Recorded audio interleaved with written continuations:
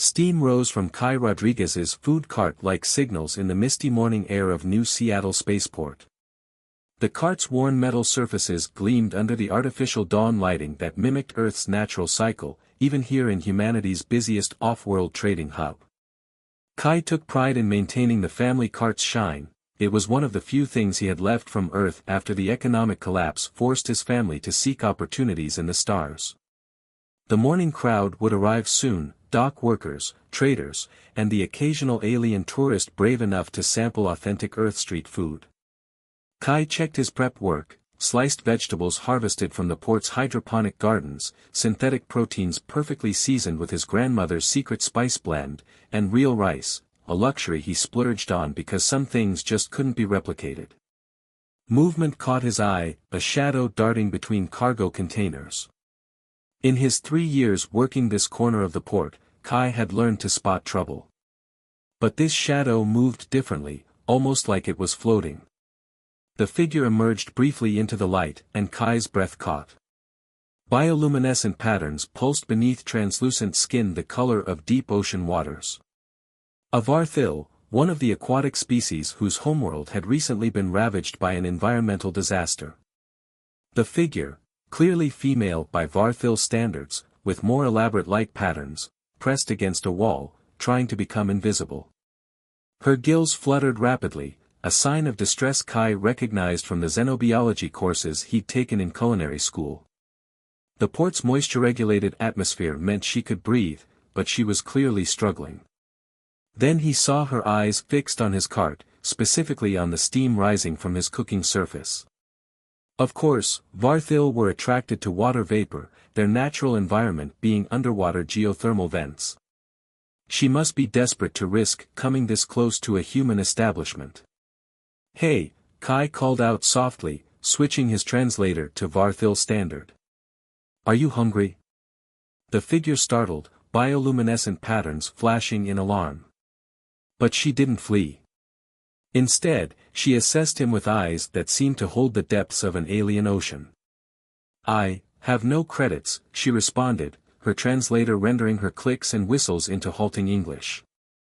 Kai smiled, keeping his movements slow and deliberate as he began preparing a bowl. "First meal's always free. I'm Kai." He modified his usual recipe on the fly, remembering that varthil needed higher sodium content. The steam would help too, their skin could absorb nutrients directly from vapor. "That is, dangerous kindness," she said, but edged closer to the cart. "I am called Naira. My people, we are not welcome here." "Good food welcomes everyone," Kai replied, adding extra broth to the bowl. He'd heard about the varthil refugees. Their world's oceanic thermal vents had suddenly gone cold, destroying their civilization's power and food sources. Most had fled, but few stations would accept them, fearing the resource strain. Naira approached the cart, her movements graceful despite obvious exhaustion. Her translator clicked as she asked, "Why help one who cannot pay?" Kai slid the bowl across the counter, watching as she instinctively leaned into the rising steam.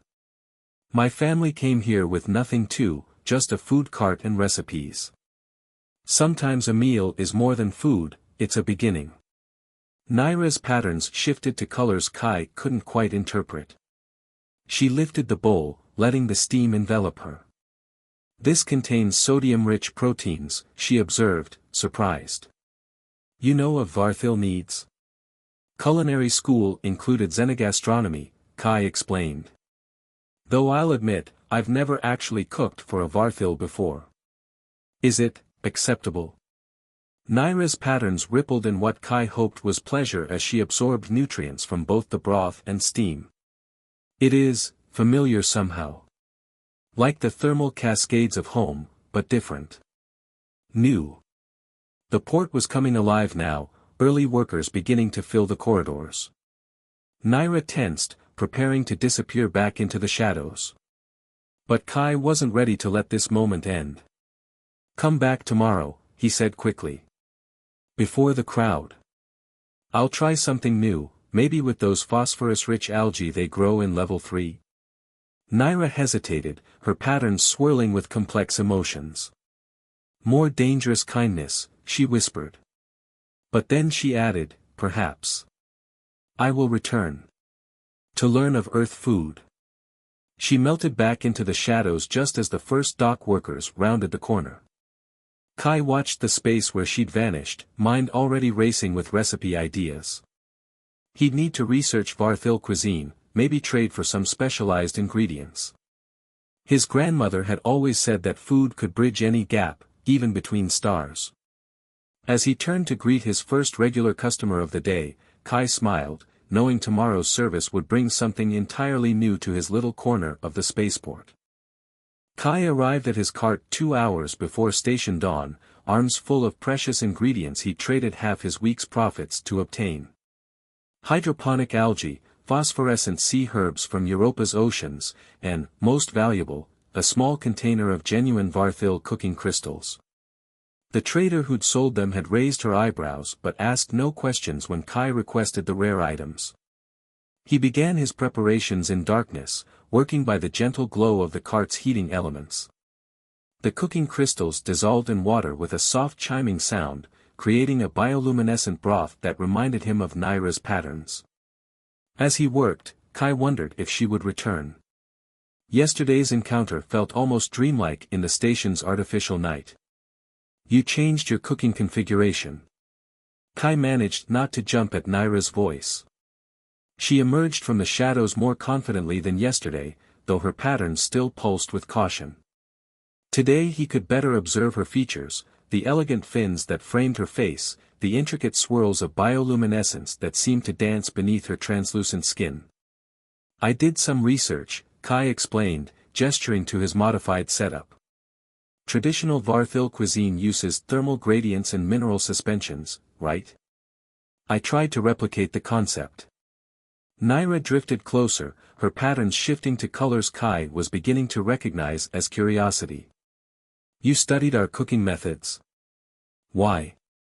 Because food isn't just about survival, Kai said, carefully pouring the glowing broth into a specially designed bowl. It's about culture, memory, connection. Here, tell me if this tastes anything like home. Naira accepted the bowl, her webbed fingers brushing against his. She leaned into the steam, gill filaments fluttering as she absorbed the nutrients. Her patterns suddenly blazed with brilliant colors, making Kai blink. This tastes of the singing vents, she whispered. How did you? The crystals create the right mineral balance, Kai explained, trying not to show how pleased he was by her reaction. And the thermal layering technique is similar to how we cook certain earth dishes. Food has patterns, just like your bioluminescence. Once you understand them, you can create something new that still feels like home. You understand much for a dry world species, Naira observed, continuing to savor the broth. Then her patterns dimmed slightly. But you should not waste such expensive ingredients on one who cannot pay. It's not waste if it helps me learn, Kai countered. Besides, I was hoping, maybe you could teach me more about Varthil cuisine. A cultural exchange. Before Naira could respond, voices approached, a group of early shift dock workers. Her patterns flashed in alarm, but Kai quickly raised his serving counter's privacy screen. It's okay, he assured her. They'll think I'm just doing prep work. Naira relaxed slightly but moved to a less visible position. Your kindness is dangerous, she said, not for the first time. There are those who would not approve of you helping my kind. Good thing I've never been great at following other people's approvals, Kai replied with a grin. Then, more seriously, how many of you are there? In the station? Naira's patterns shifted to darker hues. More than there should be. Less than there were. She met his eyes. We survive. Until we cannot. The dock workers passed without stopping, their voices fading into the station's awakening bustle. Kai made a decision. My shift ends at artificial sunset. The market in Level 5, Section C has an abandoned prep kitchen. Meet me there. Why? Naira's patterns swirled with suspicion and hope. Because I want to learn more about Varthil cooking. And Kai hesitated, then continued, because maybe you're not the only one who could use a proper meal. One that tastes like home. Naira studied him for a long moment, her patterns shifting through colors Kai couldn't interpret. Finally, she said, "You are either very foolish or very wise, Kai of Earth. Perhaps both." She handed back the empty bowl. Sunset. Level 5, Section C. She melted away into the shadows just as the station's artificial dawn began to brighten. Kai started his regular morning prep work, mind already racing with possibilities. His grandmother had once told him that the most important ingredient in any dish was courage, the courage to try something new, to reach across boundaries, to offer sustenance to those in need. As his first regular customers began to arrive, Kai smiled to himself. He had a feeling his grandmother would approve of his newest recipe for trouble. The morning passed in a blur of familiar orders and friendly banter, but Kai's thoughts kept drifting to the evening ahead. He couldn't ignore the risks, harboring undocumented refugees, using restricted ingredients, operating an unauthorized kitchen. But when he remembered the way Naira's patterns had blazed with joy at the taste of home, he knew he couldn't turn back. Sometimes the most important meals were the ones that broke all the rules. The abandoned prep kitchen in Level 5 looked worse than Kai had expected. Dust coated the surfaces, and half the equipment was missing. But the ventilation still worked, and the power couplings were intact, it would serve their purpose. He'd spent his afternoon break smuggling supplies down here, portable heating units, basic cookware, and ingredients both common and exotic. His savings had taken a hit, but something told him this was worth it. "You came alone." Naira's voice emerged from the shadows, but she wasn't alone. 3 other Varthil emerged with her, their patterns dimmed to near invisibility. Their translucent skin seemed paler than Naira's, their movements less fluid. "These are the ones I spoke of," Naira explained. "Those who can no longer access the station's nutrient dispensers." She gestured to each in turn. Vessel Singer Tarn, Life Tender Mira, and... She hesitated at the last one, a smaller figure whose patterns barely flickered. "This is Ren. She is very young." Kai nodded respectfully to each, noting how they stayed close to the walls, ready to flee. "I'm honored to meet you. I've prepared something that I hope will help." He activated the portable heating units, releasing clouds of mineral-rich steam. The young one, Ren, swayed slightly at the sight of the vapor. Mira steadied her with a webbed hand. "She hasn't absorbed proper nutrients in days," the life tender explained, her translator making the words sound clinical but her patterns showing deep concern. "Then let's fix that," Kai said, pulling out his supplies. "But first, I need your help. I know Earth cooking techniques, but I want to understand how Varthil prepare food. Real understanding, not just what's in the xenogastronomy databases." Vessel Singer Tarn moved forward, his patterns showing surprise. "You wish to learn our ways?" "Why?" "Because food isn't just fuel," Kai explained, setting up his portable cooking surface. "It's culture, history, dignity. And everyone deserves to eat food that reminds them of home." The Varthil exchanged looks, their patterns rippling in silent communication. Finally, Tarn approached the cooking surface. "Very well. I will show you how we prepare the harmony broths of my vessel clan." What followed was unlike any cooking lesson Kai had ever experienced. Tarn guided him through the precise mineral ratios needed, while Mira explained how different temperature layers affected nutrient absorption. Even young Ren contributed, her patterns brightening as she described her favorite dishes from home. Kai's hands moved quickly, combining their knowledge with his own techniques. He created steam-rich broths layered with different minerals, temperature gradient soups that carried nutrients in ways both familiar and alien to his teachers. Each attempt brought new insights, corrections, and occasional sounds of approval. "You understand quickly," Mira observed, watching him adjust the mineral balance of a particularly complex broth. Most dry-worlders cannot grasp the importance of thermal currents in our cuisine. It's not so different from Earth cooking, Kai replied, carefully adding phosphorescent algae to the mixture. We also use temperature gradients, just usually in solid foods. The principles are similar, it's about understanding how heat and ingredients dance together. As they worked, the Varthil began to relax slightly. Their patterns grew brighter, more expressive. Young Ren especially seemed to transform as she absorbed proper nutrients, her movements becoming more fluid, her patterns showing colors Kai hadn't seen before. "This tastes of the celebration currents," she exclaimed after sampling one of Kai's attempts at a traditional festival dish. "Like when my pod would gather at the great vents for the Luminescence Festival."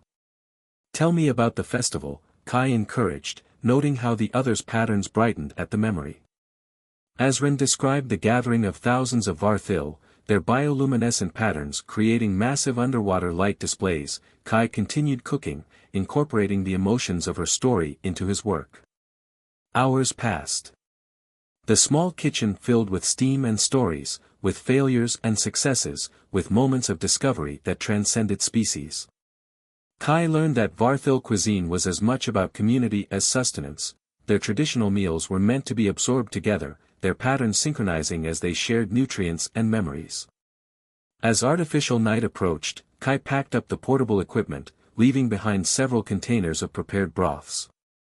"I'll come back tomorrow," he promised. "We can try some new combinations."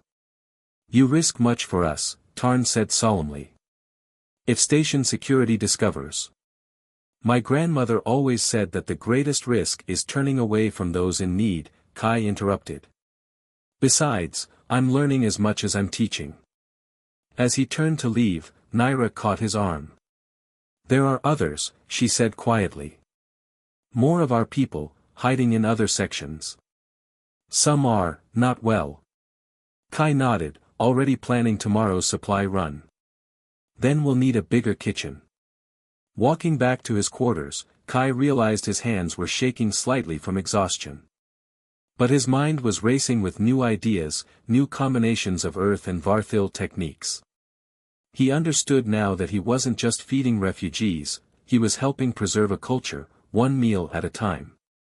And somewhere in the station's depths, for Varthil's patterns glowed a little brighter, their bodies nourished by more than just nutrients. The warning came 3 weeks into Kai's underground cooking operation.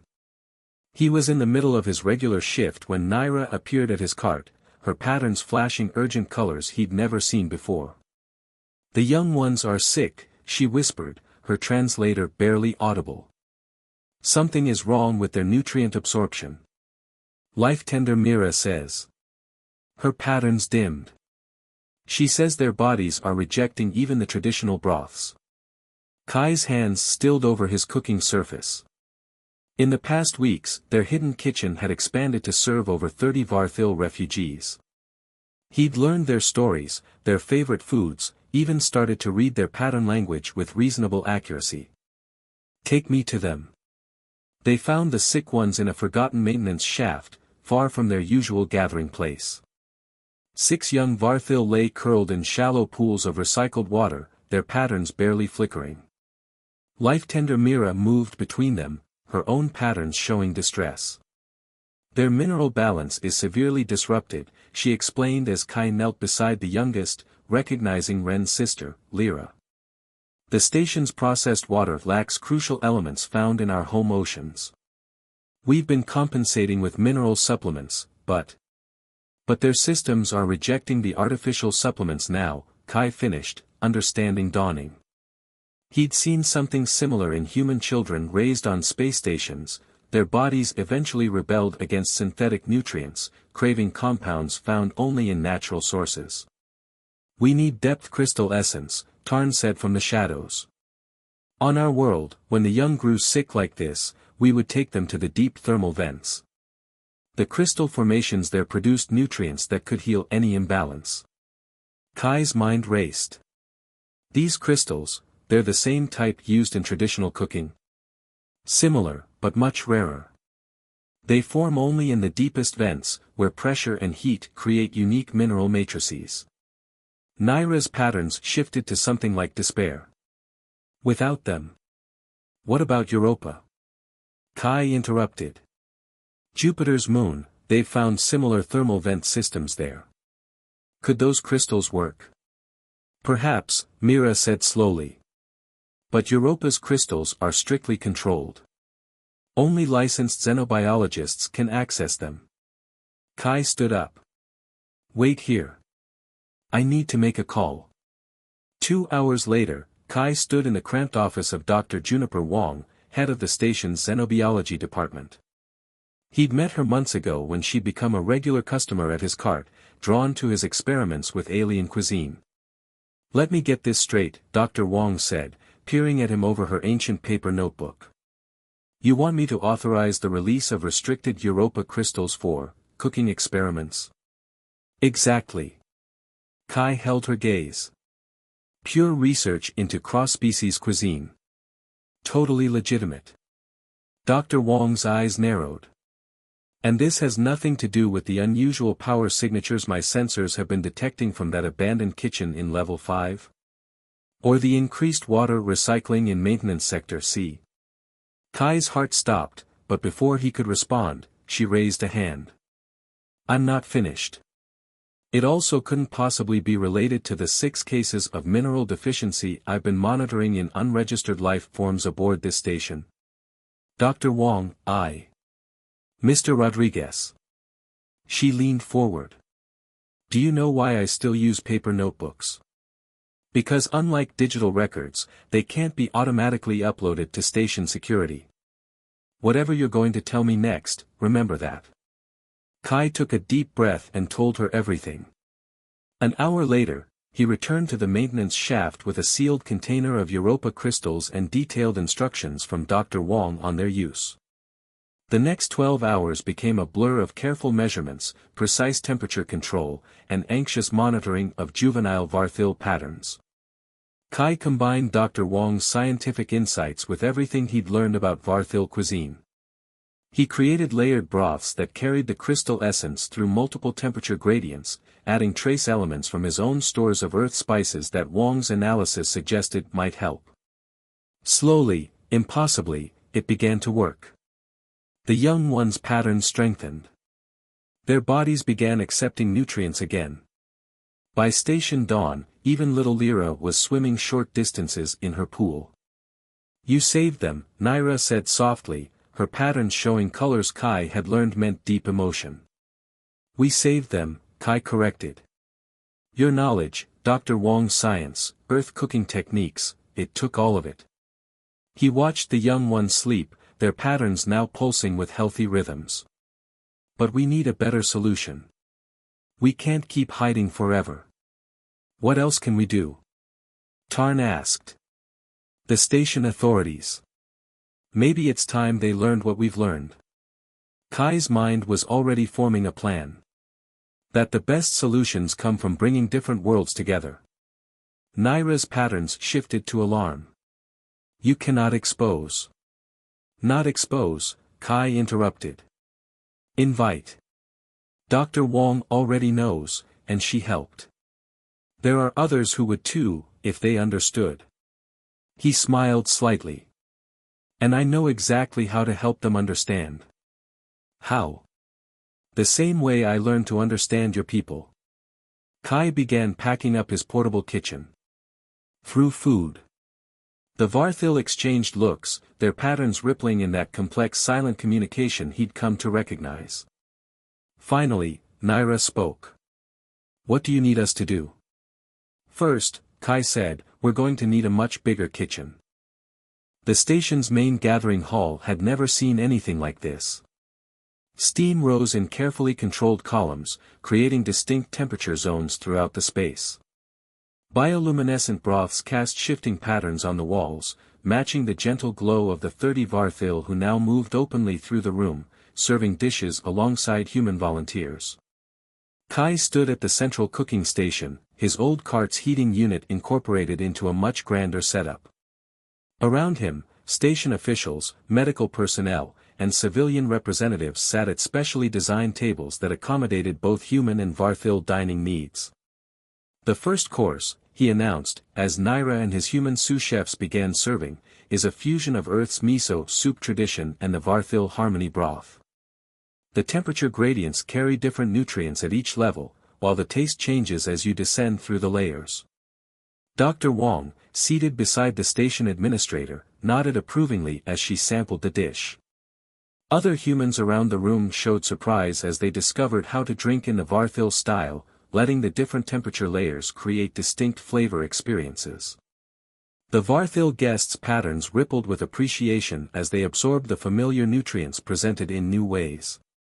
Young Ren, now fully recovered, helped demonstrate proper absorption techniques to curious human diners.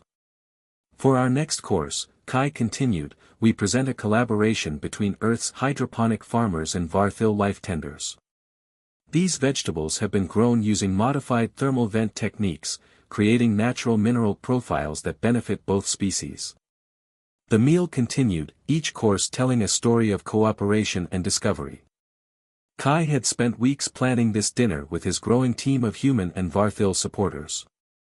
Dr. Wong's research backed every dish with hard science, while vessel singer Tarn had composed traditional pattern songs to accompany each course. Between servings, Kai noticed the station administrator deep in conversation with Mira, their discussion ranging from nutrient processing to cultural exchange. Other officials were similarly engaged, their initial skepticism giving way to genuine interest as the meal progressed. The final course was Kai's masterpiece, a dessert that seemed to glow from within, its layers shifting like ocean currents. This represents our shared future, he explained. Europa crystals and earth minerals, combined in a way that creates something entirely new while honoring both traditions.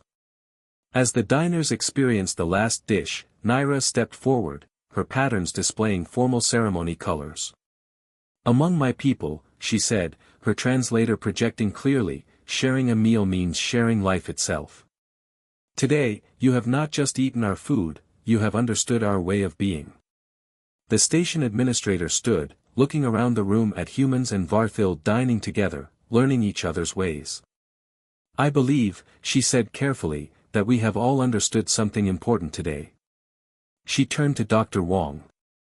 Your research proposals regarding Varthil nutrition and long-term station integration have my full support. A ripple of bright patterns swept through the Varthil guests, matched by smiles and applause from the humans. Kai felt Naira's hand slip into his, her patterns showing colors he'd never seen before. There will be more details to work out, the administrator continued. Housing assignments, work permits, medical protocols. But it's clear that we have an opportunity here, not just to help refugees, but to enrich our entire community. Later, after the guests had departed and the cleanup was underway, Kai sat with Naira in his old prep kitchen. They shared a simple bowl of the first broth he'd ever made for her, now perfected through weeks of practice. You know, he said, watching her patterns shift in contentment, my grandmother used to say that a good meal can change the world.